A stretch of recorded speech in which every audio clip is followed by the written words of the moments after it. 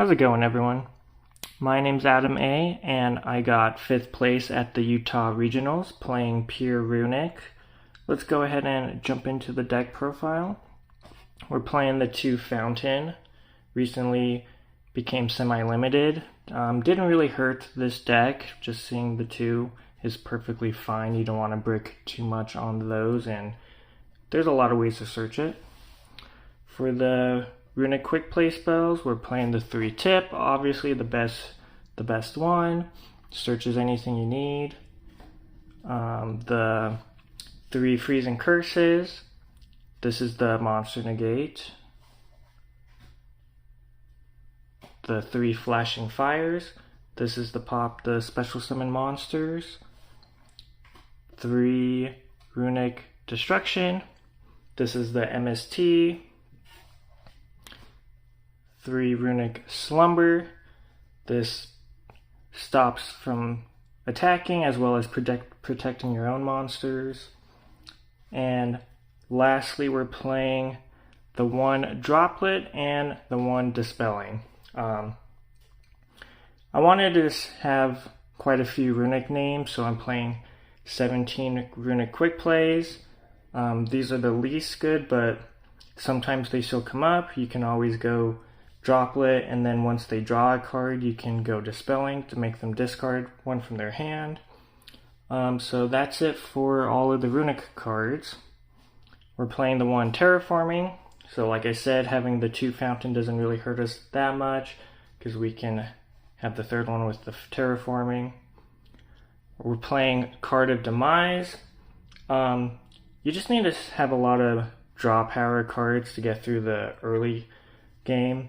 And this is really good because you can go activate Card of Demise and then chain your quick play runic spells to this. And then once it resolves, if you have Fountain up, you'll draw 3 with Card of Demise, and then you'll resolve Fountain on a new chain and draw another 3. So you can have 6 cards in hand. It's pretty broken. We're playing 2 Duality, just to kind of search for whatever card you need at the moment to help consistency. We're playing 2 Pot of Extravagance. I really debated between this and Prosperity, but ultimately I decided that since all of the runics are quick plays, you can, in your draw phase, you can activate them, resolve Fountain to draw 3, and then on your main phase, you can activate Pot of Extrav to draw another 2. Whereas with Prosperity, you wouldn't be able to do that. And usually, game 2 and 3, I side these and the dualities out.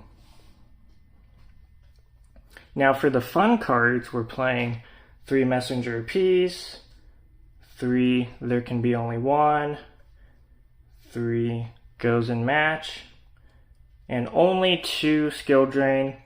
I'm only playing the 2 Skill Drain because it's not as useful as all of the other ones, and it kind of hurts the deck a little bit because it can stop your Hugin from protecting your back row.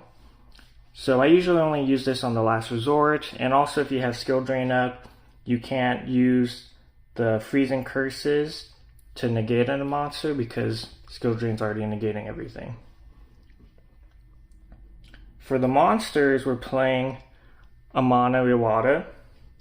It's really good going 1st or 2nd. I decided this over something like Lava Golem in the main because this doesn't conflict with Card of Demise and Pot of Duality. Going 1st, you'll just summon this, and then now they can't hand trap you, so you can freely draw off a Fountain. Going 2nd, you summon this, now they can't really respond, and then you can go and make Baguska and pass for the next turn. And then the last card, the spicy tech, is Cyberjar. This is probably the MVP of the deck. I resolved it 3 times at the regional, and every single time it won me the game. You kind of just set it and forget it, and then after turns go by, the opponent finally spends all their resources trying to out your Floodgates in your back row, and then when they go and attack for game, they don't really expect your face down. And this does everything for the deck, so after they pop all your back row, your Floodgates, you flip Cyberjar, you draw 5, you draw your Floodgates back for the next turn, or if you have Fountain up and you draw Runic quick play spells, now you have instant interaction. It also wipes their whole board, so they have to start over again, and it's already in the battle phase, so they likely already used their normal summon, so they can't really keep extending for the turn. And if they draw hand traps, they have to summon those hand traps, and now they're out of their hand and not as useful against you anymore. And it also facilitates your win condition of deck out, because now they draw 5. So this card was the best card in the deck, and every time I saw it, I was really glad to have it. Now for the extra deck, pretty standard. We're playing the 3 Yugioh. This searches Fountain. It protects your back row from getting destroyed. Kind of does everything you need for the deck. We're playing the 3 Gary. This one can get your Fountain back from the grave. Also, you can crash it into opponent's monsters to pop a card on the field. And if you have a mono Iwata, you can make this and then overlay for your rank 4s. We're playing 3 Munin. This helps to go into time. These games tend to be kind of like a slow grindy matchup, so usually every round could go into time, so that's why we need the Munin to gain life points. And only the 1 Freki. This is just an extra name. It never really came up. We're also playing the 1 Link Karibo and the 1 Gravity Controller. They didn't really come up. Same for, we're playing Exotanai and the Zeus to kind of wipe the board, but neither of these came up either. And then lastly, we're playing Baguska. This one did come up pretty often. My opponent would make a pretty big board going first, and then I'll go second, and I'll just summon a mono, make Gary, and then make Baguska. Then now it turns off all of their monsters, so then on their turn I can flip up the Floodgates to kind of break apart their board. For the side deck, we played the 3 Evenly for going second, as well as the 3 Lava Golem, just to kind of help break apart boards. For going first, we played the 3 Dark Bribe. I decided this over Solemn Judgment because games tend to last long. You go into time, so you don't want to lose half your life points. Also, if you have your Floodgates established, you're not really worried about any monsters they summon. Sometimes it's hard for them to summon anything. So what you're really worried about is them removing your back row. So this accomplishes the same thing as Judgment.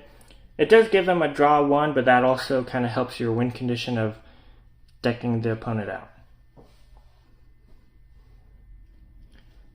Also for going first, we played 3 Majesty's Fiend. It was okay. I'm not entirely sure if I like this one or if I liked Vanity's Fiend, so I'm still debating on that. And then lastly, we're playing the 3 Denko Sekkas. This is for like the trap matchups such as like Labyrinth or Eldritch. Those tend to be able to grind and do well against Runic, so we need this to kind of counter those decks. But yeah, that's it for the deck profile. I'd like to give a shout out to all the boys at Game Haven for putting up with this deck every week. But yeah, that's it for the deck profile.